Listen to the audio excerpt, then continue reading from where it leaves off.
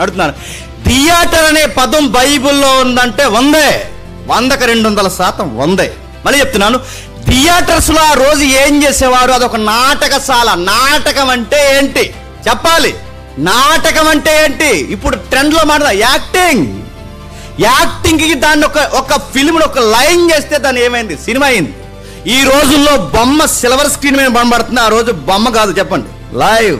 నా మాటలు అర్థమవుతుంది. లైవ్లో పౌలు గారి పత్రికలు రాస్తూ గలతీ పత్రికలో ఉటంకిస్తారు. మీకు గుర్తుందో లేదో చూస్తారు ఒకసారి. గలతీ పత్రిక చూడండి ఒకసారి. గలతీలకు రాసిన పత్రిక 5వ అధ్యాయం. గలతీలకు రాసిన పత్రిక 5వ అధ్యాయం 21వ వచనం. గలతీలకు రాసిన పత్రిక 5వ అధ్యాయం 21వ వచనం. అల్లరితో కూడిన ఆటపాటలు. మూలం చదివి వెళ్ళి. అల్లరితో కూడిన ఆటపాటలు అంటే ఏవి? అల్లరితో కూడిన ఆటపాటలు. అల్లరితో కూడిన ఆట, చెప్పండి, పాట. ఆట పాట అడుగుతాను.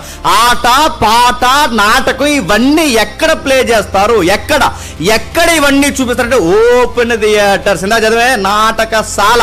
ఆ నాటకశాలలో ఏం చేస్తారంటే ఆట వేస్తారు, చెప్పండి, పాట వేస్తారు, చెప్పండి, గుద్దులాట్లు కూడా పెడతారు. అక్కడ డ్యాన్స్ చేసే వాళ్ళందరూ ఎవరో చెప్పినా ఐటమ్ గర్ల్స్. ఆ రోజుల్లో 1000 మెంబర్స్ ఉండేవారట. ఈ రోజు రాలేదు ఐటమ్ సాంగ్, గుర్తుపెట్టుకోండి. ఆ రోజుల్లోనే ఉంది. ఆ రోజుల్లోనే డ్యాన్స్ చేశారట అని అడుగుతాను. అల్లరితో కూడిన ఆటపాటలు.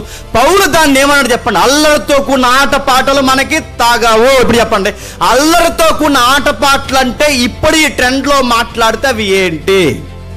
సినిమా.